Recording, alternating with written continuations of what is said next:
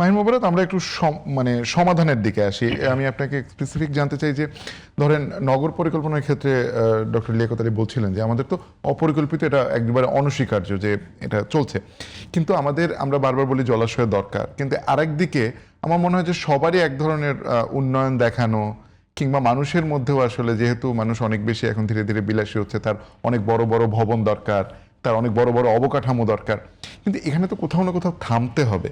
মানে সেই থামাটা এবং সেই সঙ্গে হচ্ছে গিয়ে সেবা নিশ্চিতকরণ, এটার কি কোনো আধুনিক মানে ব্যবস্থা নাই, নাকি আপনাকে সেবা দিতে গেলে এরকম বড় বড় অবকাঠামোই লাগবে? না, এখানে অবশ্যই সমাধান কিছু থাকবে। সেটা যেরকম হচ্ছে উনি বলছেন যে আমরা যদি এই যে বিশেষ করে আমাদের আসলে এই সেবাটা হোক বা হচ্ছে আমাদের এটা আসলে জোন স্পেসিফিক, যেরকম ঢাকার জন্য আমাদের একভাবে চিন্তা করতে হবে, যেটা আদার রুরাল যেটা এরিয়া আছে সেটার জন্য অন্যভাবে চিন্তা করতে হবে। কারণ ঢাকার জন্য আমার সমস্যা কি? আমার সমস্যা হচ্ছে জলাবদ্ধতা। অন্যান্য রুরাল যে জায়গাগুলো আছে সেটার জন্য সমস্যা কিন্তু জলাবদ্ধতা না, তাদের হচ্ছে ফ্লাড, এটা একটা আলাদা জিনিস।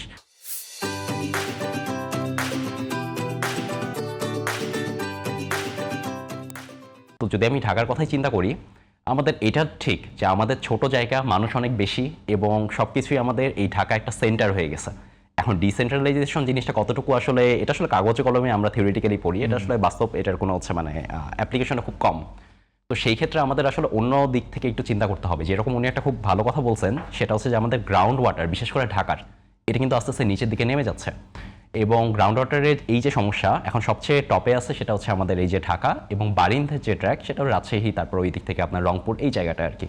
তো ওই জায়গাতে হয়তো এই ধরনের সমস্যা নাই, কিন্তু আমরা যদি আসলে কোনোভাবে এই গ্রাউন্ড ওয়াটার আর এই যে এক্সেস ওয়াটার, এই দুইটার মধ্যে একটা রিলেশন নিয়ে আসতে পারি।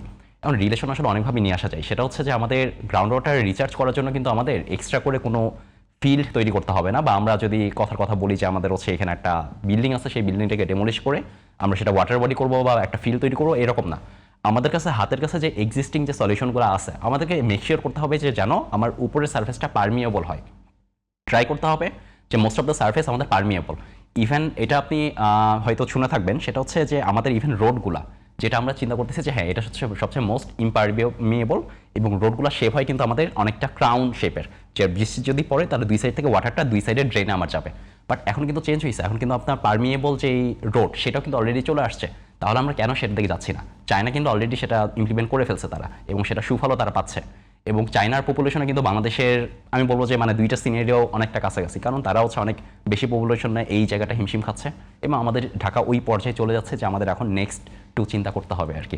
তো আমার সেই ক্ষেত্রে মনে হয় যে হ্যাঁ আমি উন্নয়ন করব, সেটা ঠিক আছে, আমাকে মেকশিওর করতে হবে যে তুমি এখানে যদি এই পরিমাণ মানে তুমি এটাকে আরবান প্ল্যানিংয়ের মধ্যে নিয়ে আসো, বা এখানে যদি আরবানাইজেশন করে ফেলো, তোমাকে একটা পার্সেন্টেজ রাখতে হবে যে যেই জায়গাটাতে আমি বৃষ্টির পানি আমি নিচের দিকে গ্রাউন্ডের দিকে আমি দিতে পারতেছি, এইটা একটা হইতে পারে। অথবা আমি যে পুরা জায়গাটাই আমি যদি কোনোভাবে বৃষ্টির পানিটাকে আমি যদি স্টোর করে রাখতে পারি, সেটা আমার নিজের বিল্ডিংয়ের ছাদে হোক, আর সেটা আমি সামহাও কোনো কালেকশনের মধ্যে দিয়ে আমি যেটা গ্রাউন্ডে যদি আমি ইনসার্ট করতে পারি, সেটাও একটা সলিউশন হইতে পারে আমার কাছে যেটা মনে হয়।